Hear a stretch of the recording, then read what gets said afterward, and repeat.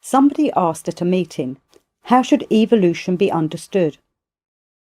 The evolution of man, G replied, can be taken as the development in him of those powers and possibilities which never develop by themselves, that is, mechanically. Only this kind of development, only this kind of growth marks the real evolution of man. There is, and there can be, no other kind of evolution whatever. We have before us a man at the present moment of his development. Nature has made him such as he is, and, in large masses, so far as we can see, such he will remain. Changes likely to violate the general requirements of nature can only take place in separate units.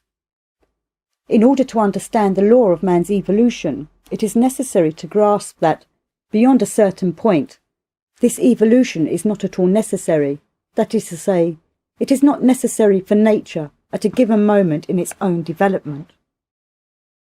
To speak more precisely, the evolution of mankind corresponds to the evolution of the planets, but the evolution of the planets proceeds, for us, in infinitely prolonged cycles of time.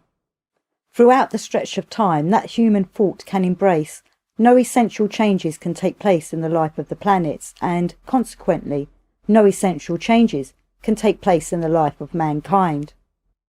Humanity neither progresses nor evolves. What seems to us to be progress or evolution is a partial modification which can be immediately counterbalanced by a corresponding modification in an opposite direction. Humanity, like the rest of organic life, exists on Earth for the needs and purposes of the Earth. And it is exactly as it should be for the Earth's requirements at the present time. Only thought as theoretical and as far removed from fact as modern European thought could have conceived the evolution of man to be possible apart from surrounding nature, or have regarded the evolution of man as a gradual conquest of nature. This is quite impossible. In living, in dying, in evolving, in degenerating, man equally serves the purposes of nature, or rather, nature makes equal use, though perhaps for different purposes, of the products of both evolution and degeneration. And at the same time, humanity as a whole can never escape from nature, for even in struggling against nature, man acts in conformity with her purposes.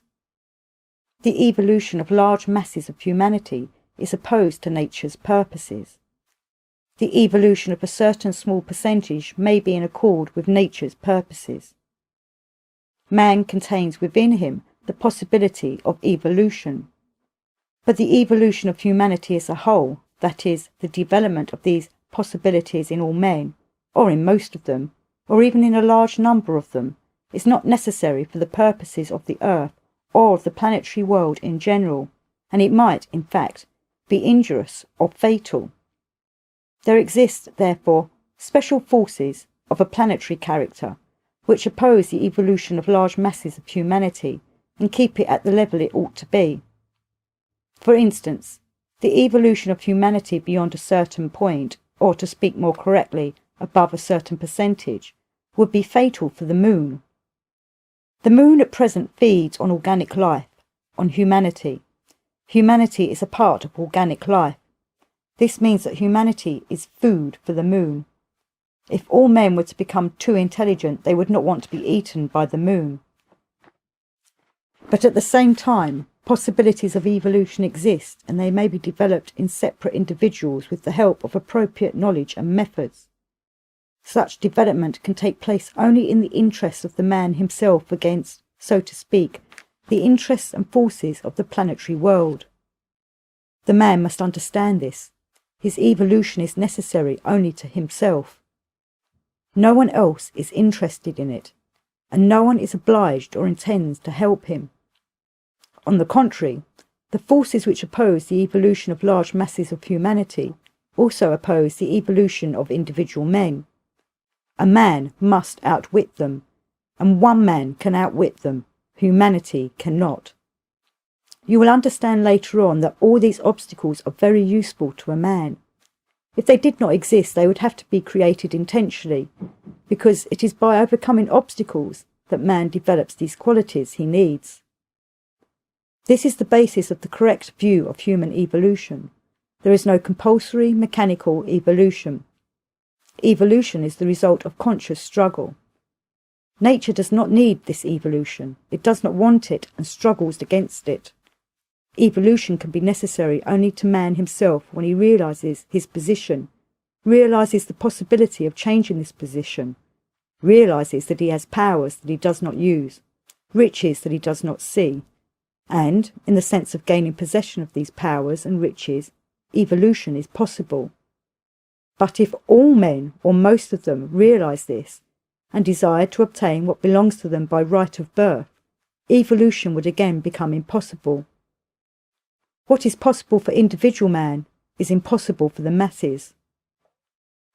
The advantage of the separate individual is that he is very small, and that, in the economy of nature, it makes no difference whether there is one mechanical man more or less. We can easily understand this correlation of magnitudes if we imagine the correlation between a microscopic cell and our own body. The presence or absence of one cell will change nothing in the life of the body. We cannot be conscious of it, and it can have no influence on the life and functions of the organism. In exactly the same way, a separate individual is too small to influence the life of the cosmic organism to which he stands in the same relation, with regard to size, as a cell stands to our own organism. And this is precisely what makes his evolution possible. On this are based his possibilities. In speaking of evolution, it is necessary to understand from the outset that no mechanical evolution is possible. The evolution of man is the evolution of his consciousness, and consciousness cannot evolve unconsciously. The evolution of man is the evolution of his will, and will cannot evolve involuntary. The evolution of man is the evolution of his power of doing, and doing cannot be the result of things which happen.